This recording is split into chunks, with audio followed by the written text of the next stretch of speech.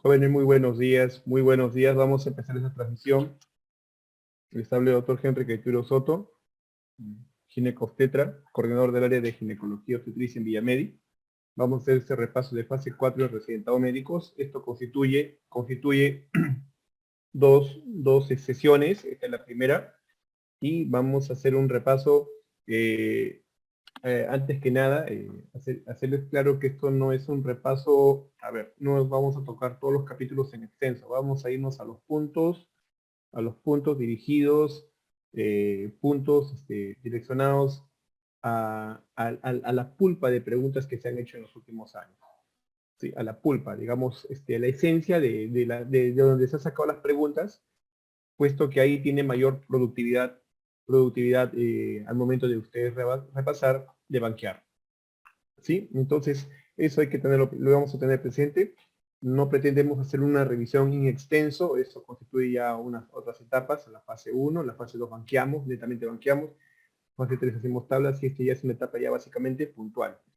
Y lo otro es tener siempre presente estas recomendaciones con respecto a las preguntas, a la proporción de preguntas que ha venido. Ginecobstetricia es uno de los grupos fuertes en preguntas acumuladas. Ginecología da alta rentabilidad en ciertos tópicos como son patología uterina, patología de cervix, métodos anticonceptivos, patología mamaria, las cuales vamos a tocar. Tengan presente siempre esto, para que ustedes puedan dirigir todo su tiempo, todo el tiempo que tienen, a primero afiatar estos capítulos que son los demás rentabilidad 1, 2, banqueen, sí, ese es mi consejo personal, banqueen los últimos 5 años, ténganlo bien fijo eso, y ya sobre esa base de 5 años ya ustedes se van recién a lo de hace 6, 7, 8, 9, 10 años atrás, más tiempo. ¿Por qué razón? Porque las preguntas que se han hecho en el tiempo, muchas de estas preguntas, en los últimos años ya nos están dando con esa pinta, ¿no? Y además, la explicación fisiopatológica, la respuesta que tenían en ese momento en particular, es otra actualmente, ¿no? Entonces, esto es para evitar la controversia. Profesor, acá hay una pregunta de anticoncepción hormonal, pero ahí dicen que en esa época dicen que es tanto por tanto y ahora es otro, usted nos explica otra cosa.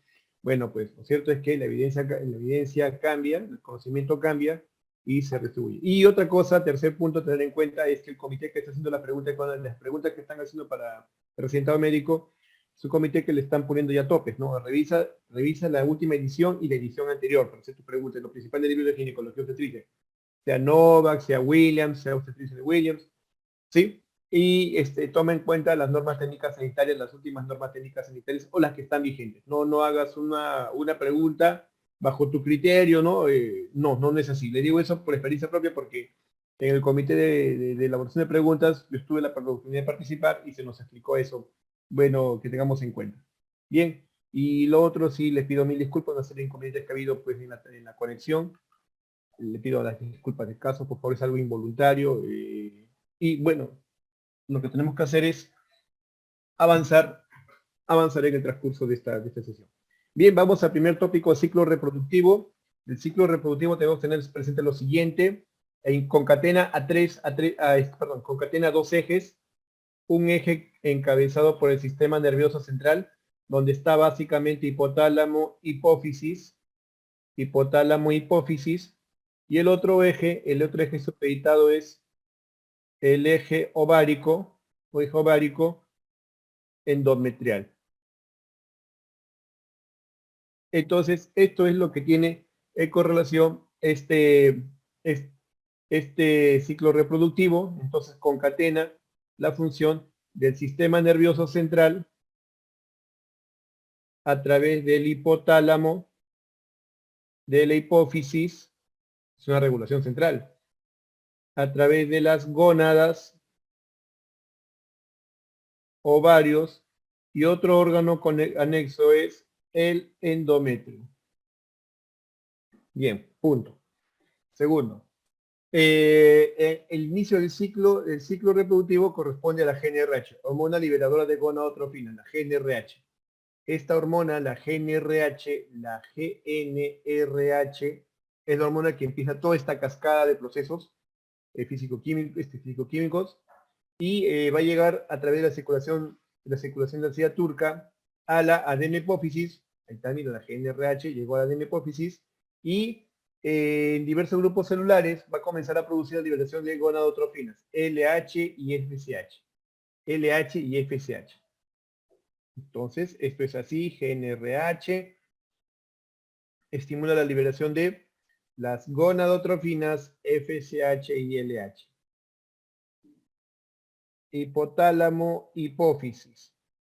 La forma de cómo, específicamente la hipófisis, la forma de cómo se regula esto tiene que ver al final también al ovario endometrio, a través de un eje muy fino.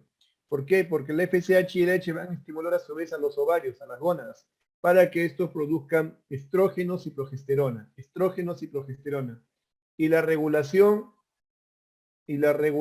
puede ser positiva o negativa. ¿Sí? Feedback positivo o negativo. Otra cosa que tienes que saber es que la producción de esta GNRH y las gonadotrofinas es por pulsos.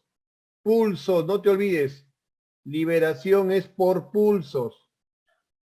Por pulsos. Estas hormonas no se liberan a un torrente o a un caño continuo, no. Es por pulsos y esos pulsos pueden cambiar. Por ejemplo, cuando son pulsos lentos corresponde más a la acción de la FSH. Cuando son pulsos rápidos corresponde más a la acción de la LH.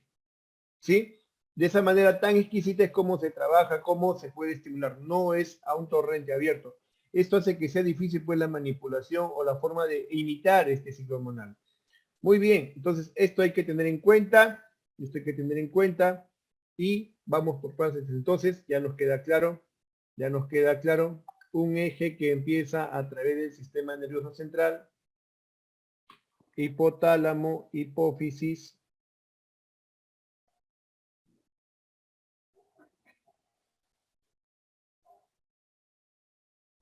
el estrés de las preguntas.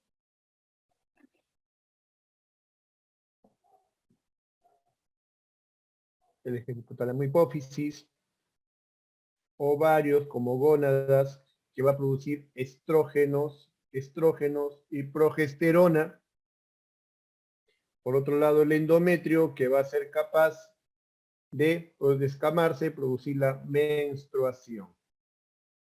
Cuando un ciclo es funcional y produce ovulación, los ciclos ovulatorios son los ciclos normales. De tal manera que toda la patología que tenga que ver aquí, buena parte de la patología, corresponde a los ciclos anovulatorios. Ya lo vamos a comentar un rato. Anovulatorios. Otro detalle que tienes que tener en cuenta, la GNRH es liberada por liberación en pulsos. En pulsos. Hay un sistema de retroalimentación, ¿sí? Hay un sistema de retroalimentación que puede ser positiva o puede ser negativa. La retroalimentación positiva, generalmente es lo que más predomina. La retroalimentación, vamos a poner acá. La retroalimentación positiva predomina los días 12 a 14 días, ¿sí? Y la retroalimentación negativa es la mayor parte del ciclo menstrual. La mayor parte del ciclo menstrual. Otra cosa que tienes que saber es SNC, gónadas, que predispone el ciclo ovárico. Gónadas, endometrio, es el ciclo menstrual. Muchos piensan que el ciclo reproductivo involucra menstruación, el ciclo menstrual. No, no es así. Abarca tanto lo que ocurre en el ovario como en el endometrio. Es un eje concatenado. Es un eje concatenado. ¿Sí? Hay hormonas que se producen, sí, la FSH. La FSH es preferentemente en los primeros 14 días,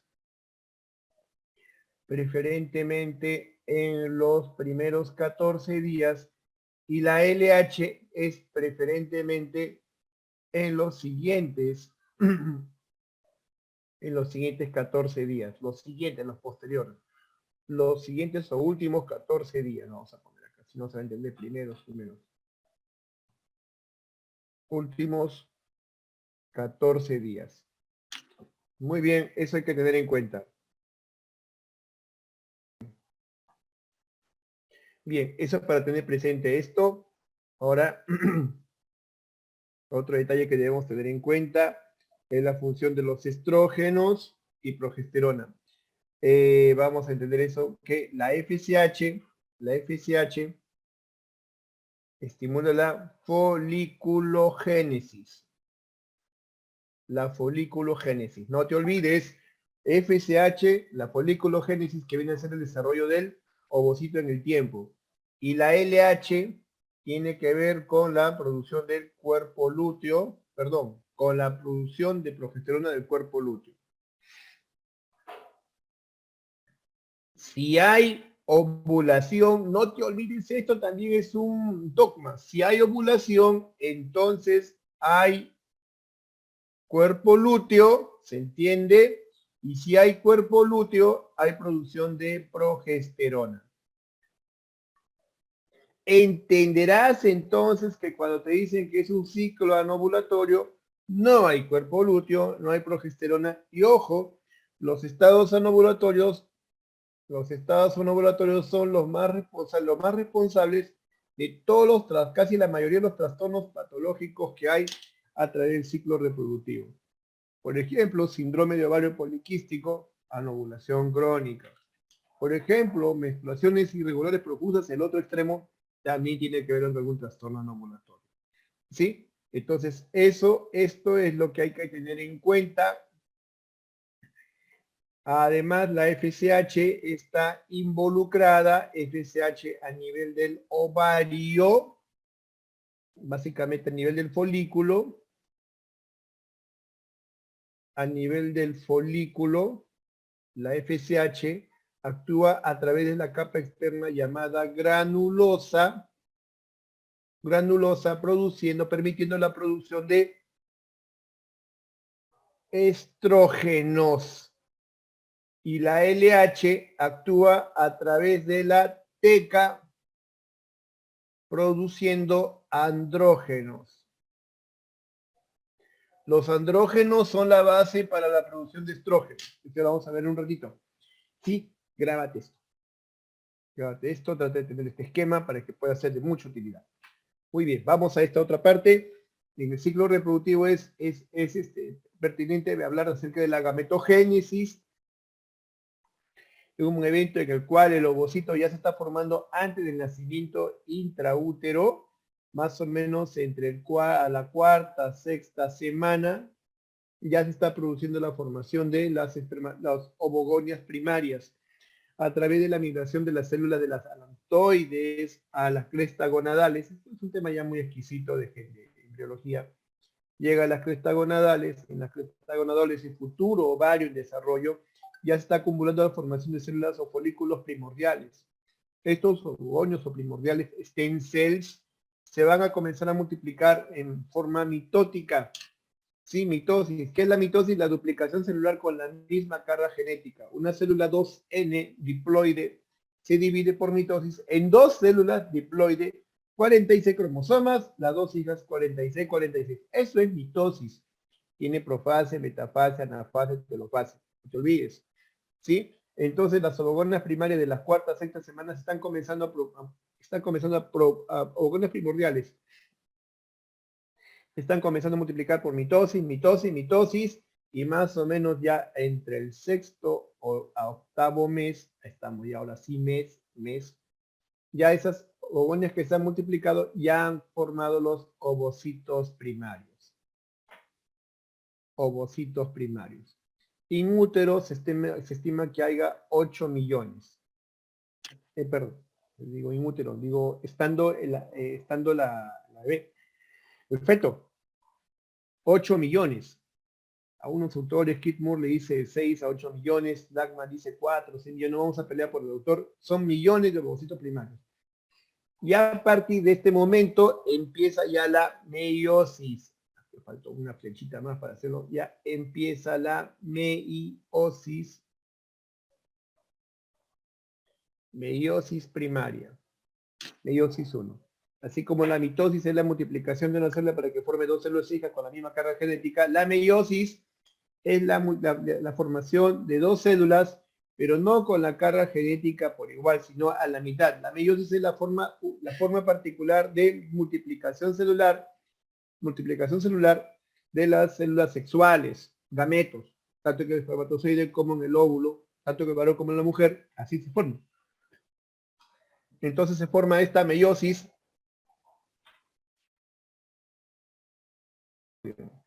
Entonces, esta multiplicación celular va a formar dos células, pero ahora con la carga genética a la mitad. Acá era 2N, 2N, 2N de cromosomas, y aquí ya se forma, comienza a distribuirse a NN.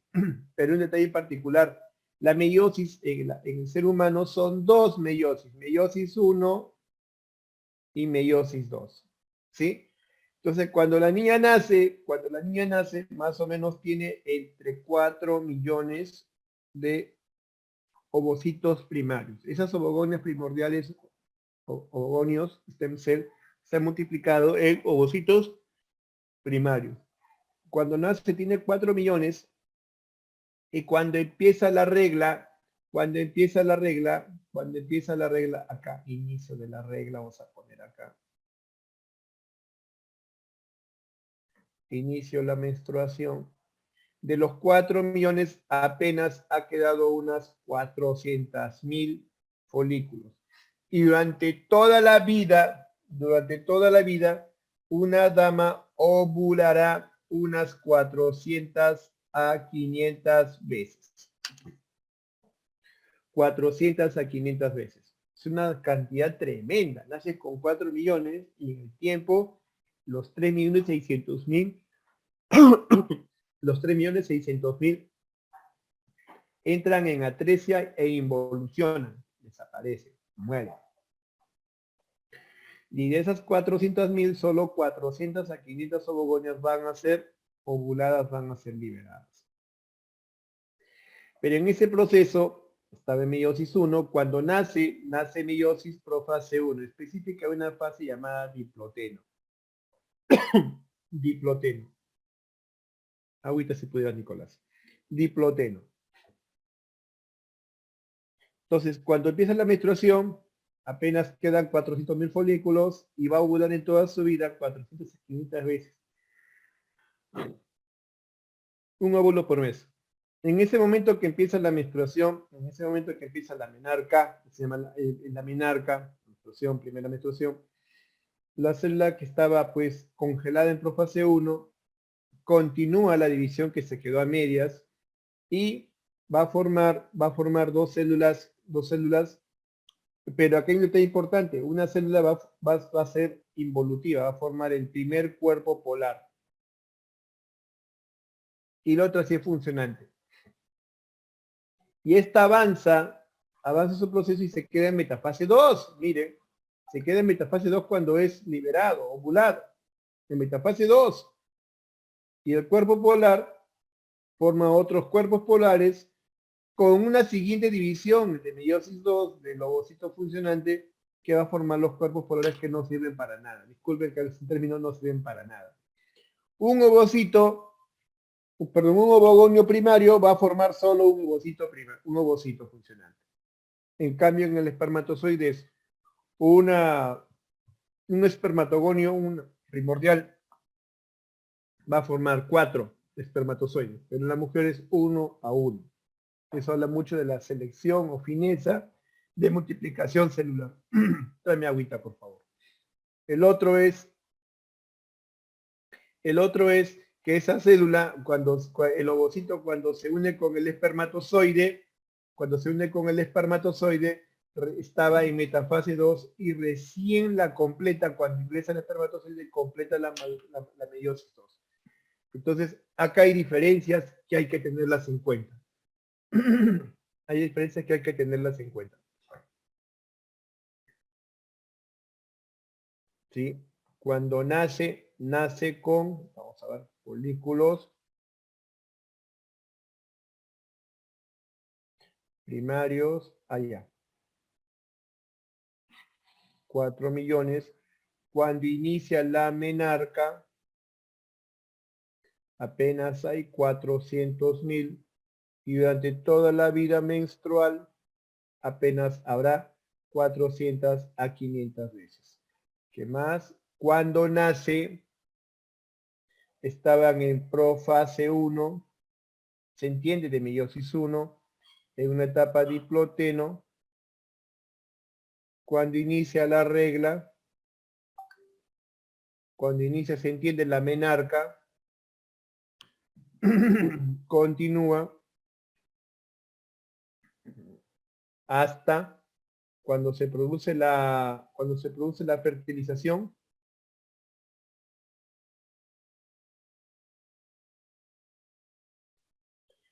Estaba en metafase 2 congelada. Metafase 2. Se entiende que la fertilización promueve la madurez del ovocito. Otro detalle más que tienes que saber es ovocito primario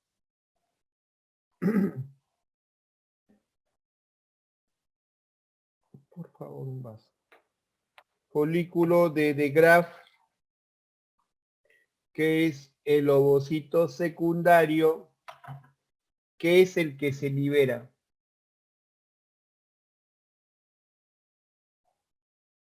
Que es el que se libera.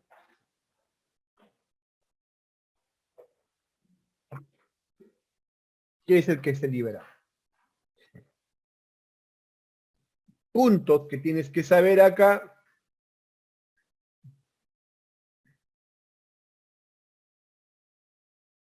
Un ovocito